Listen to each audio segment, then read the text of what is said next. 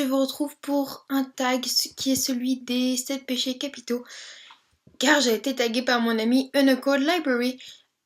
Excusez-moi si pendant la vidéo j'ai quelques petits problèmes de diction ou si je suis pas aussi souriante que d'habitude, parce que j'ai été opérée des dents de sagesse hier, donc vous voyez je ressemble pas vraiment à... Mais je suis un peu gonflée des joues, enfin bref. Donc le tag des 7 péchés capitaux, c'est l'idée de l'avarice, l'orgueil, la gourmandise, etc. à travers les livres. Et je trouve ce tag super cool, j'avais l'idée de le reprendre depuis pas mal de temps, et vu que j'étais taguée, bah voilà. On commence donc avec l'avarice, avec le livre le plus cher que je possède. Et pour moi, c'est la 5e vague de Rick Yancey, qui coûte 18,50 €. J'ai choisi de mettre à part les albums, etc., qui sont toujours un petit peu plus chers. Évidemment, j'ai les albums, donc c'est 25 € le prix moyen d'un album, mais j'ai choisi quand même de garder que les romans en course. Toujours pour l'avarice, je dois présenter le livre le moins cher que je possède, et il s'agit d'Alice au Pays des Merveilles.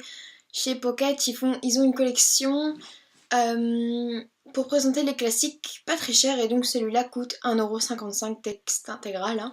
J'ai payé des livres moins chers en brocante, etc.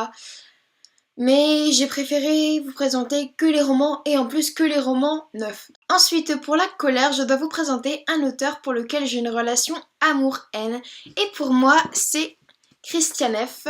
Donc, moi Christian F, la vie malgré tout, et moi Christian F, 13 ans drogué, prostituée, tout simplement parce que ce livre-là, je l'ai adoré, et celui-là, je l'ai détesté. Quand Christiane F a 13 ans, moi je l'adore, mais quand elle a 50 ans, je le déteste. Tout simplement. Quoique, le livre de cette raison, c'est pas vraiment elle qui l'a écrit entièrement.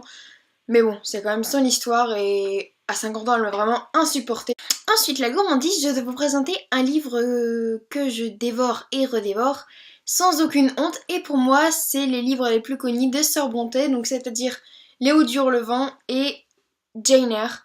Tout simplement parce que j'estime que c'est ce qu'il y a de plus haut dans la littérature anglaise avec Shakespeare. Et franchement, j'adore leurs ouvrages, ils sont vraiment authentiques. Ensuite, pour la paresse, je dois vous présenter un livre que j'ai négligé par paresse. Je néglige pas très souvent des livres, mais s'il y a bien un livre que j'ai détesté et que j'ai vraiment lu en diagonale, c'est Tristan et Iseult. C'était au programme de 5e, et c'est vraiment le pire livre que je n'ai jamais lu. Puis pour l'orgueil, un livre dont j'aime parler pour me faire mousser. Moi, cette question m'a fait un peu rire parce que je ne lis pas pour me faire mousser, mais ça me fait toujours plaisir de dire que j'ai lu Anna Karénine de Tolstoï. Ensuite, pour la luxure, je dois vous donner les attributs que je trouve séduisants pour un personnage masculin ou féminin dans un livre. Et pour moi, c'est certainement... Je sais pas comment expliquer, mais j'aime bien les personnages un petit peu retirés du monde, pas très compris des autres, un peu poétiques, un peu comme Charlie du monde de Charlie. Et pour finir avec l'envie, le livre que j'ai le plus envie de recevoir en cadeau, et pour moi c'est Waterloo Necropolis de Mary Hooper. Je vous mettrai les petites images là.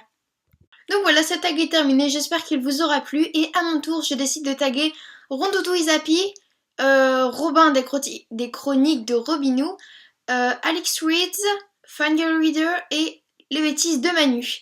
Bonne chance à vous, et on se retrouve très vite pour une nouvelle vidéo. Bisous!